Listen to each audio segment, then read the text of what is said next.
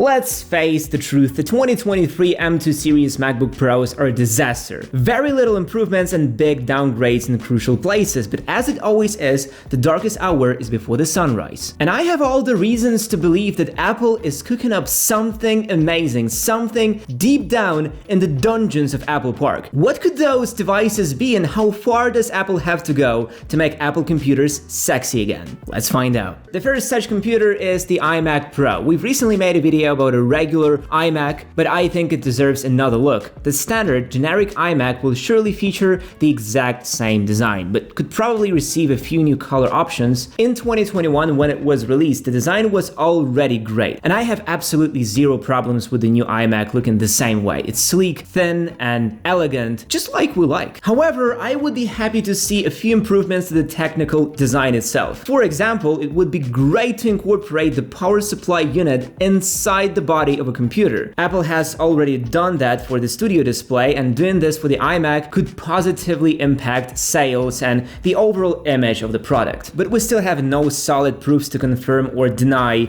that this could happen. There is also absolutely no reason to expect a new display in the standard iMac. The 24-inch 5K Retina display, even in 2023, it would still be a banger. Of course, that's only 60 Hz refresh rate, but do you really need more from an entry-level computer? That's what I thought. Trust me, this display would be more than enough for any task, be it movie watching or color grading. Even if the design stays the same, this would mean that the biggest update to come would be the M3 chip. According to Mark Gurman, the standard iMac would be the first ever device powered by the M3 chip. What could we expect from that chip? For starters, 3 nanometers. This means 10 to 15% higher performance and 15 to 20% better power efficiency, plus better thermals. If this computer arrives later this year, it would be fantastic, especially if the price stays the same at $1,300. But the iMac Pro will surely be the star of the show. We haven't seen a new iMac Pro since 2017 when it was first launched. However, these new M series chips, namely M3 Pro and M3 Max, that have not yet been released, could potentially become the heart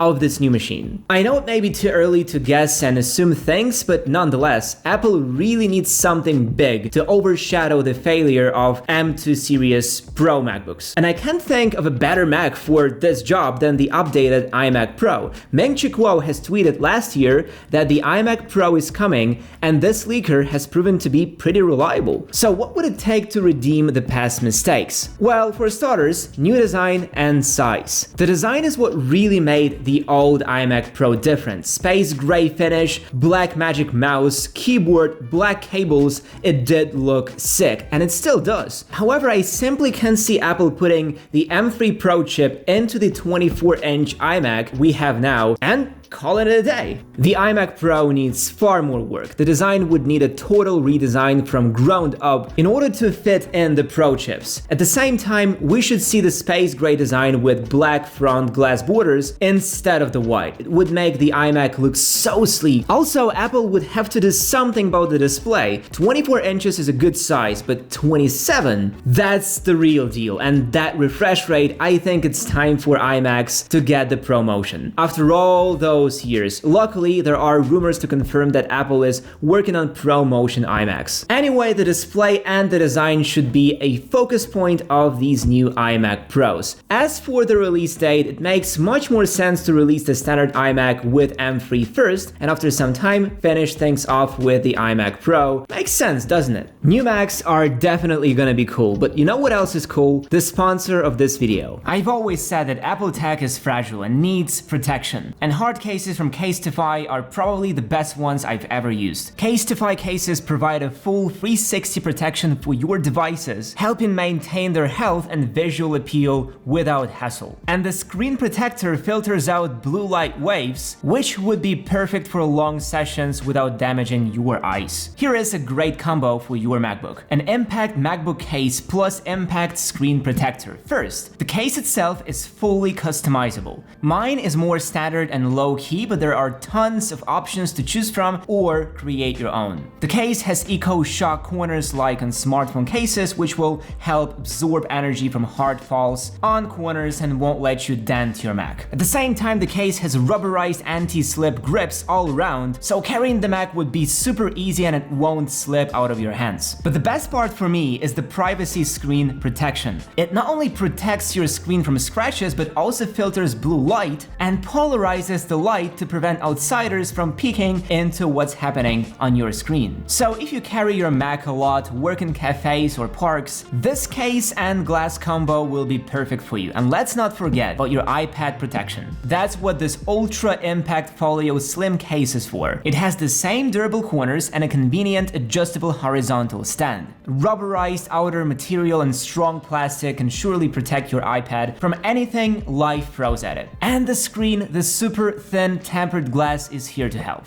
With Casetify, you can be sure that your devices are protected and ready for adventure. So click my link in the description to get your own case at a 15% discount. iMacs may not be enough. Apple might need to come up with something better this time. And I might have an idea. 2 words: Mac Pro.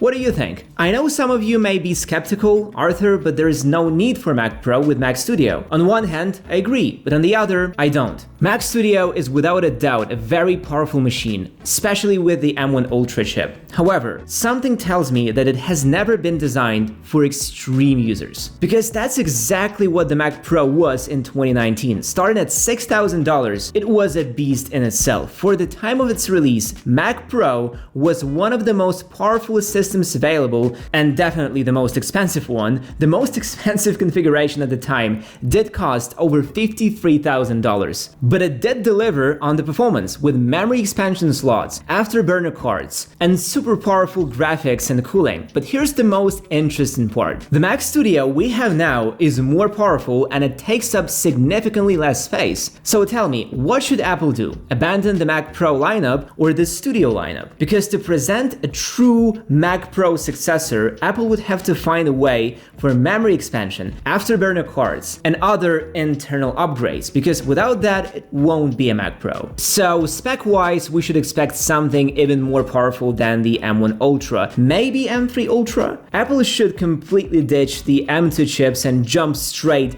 to the M3 lineup. But here is where it gets even more interesting. If Apple decides to keep Mac Studio, which it will, there will be a very strange duo. On one side, maxed out Mac Studio, on the other, stock Mac Pro. The Mac Pro will surely be more expensive and have a few small improvements over the M3 Mac Studio, but the situation will be interesting. What chip should Apple put in Mac Pro if Ultra and Max are for the Studio? What is higher than Ultra? Hyper? M3 Hyper? I like the sound of that. M1 Ultra is 2 M1 Max chips fused into one. Imagine what the M3 Hyper could be. 4 M3 Max chips? Just thinking about scalability is wild. Then how much unified memory will it have? 64 gigs or 96 or 128? These are just insane numbers. I can't even imagine the performance such a machine could have. But no matter how it goes down, Apple will milk every last dollar out of these Studio and Pro Macs. The Mac Studio price will most likely stay almost the same, and the Mac Pro will surely become cheaper. Because, come on, no one will buy a $6,000 base Mac today. Most likely we'll see like $4,000 for upgraded M3 Mac Studio and $5,000 for the base Mac Pro. And the release window, no idea. We know for sure that these 2 Macs aren't coming at WWDC 2023, that's for sure. So my guess, the end of 2023 or the first quarter of 2024. Unless Apple decides to surprise us, of course. Another thing that baffles me is how Apple just released new MacBook Pros and didn't pay any attention to how such basic products could damage the reputation. I'm sure everyone knew about the slower SSD and worse speaker quality. I'm absolutely sure they knew. But they released them anyway, and to me that sounds like, oh boy, we have to give them some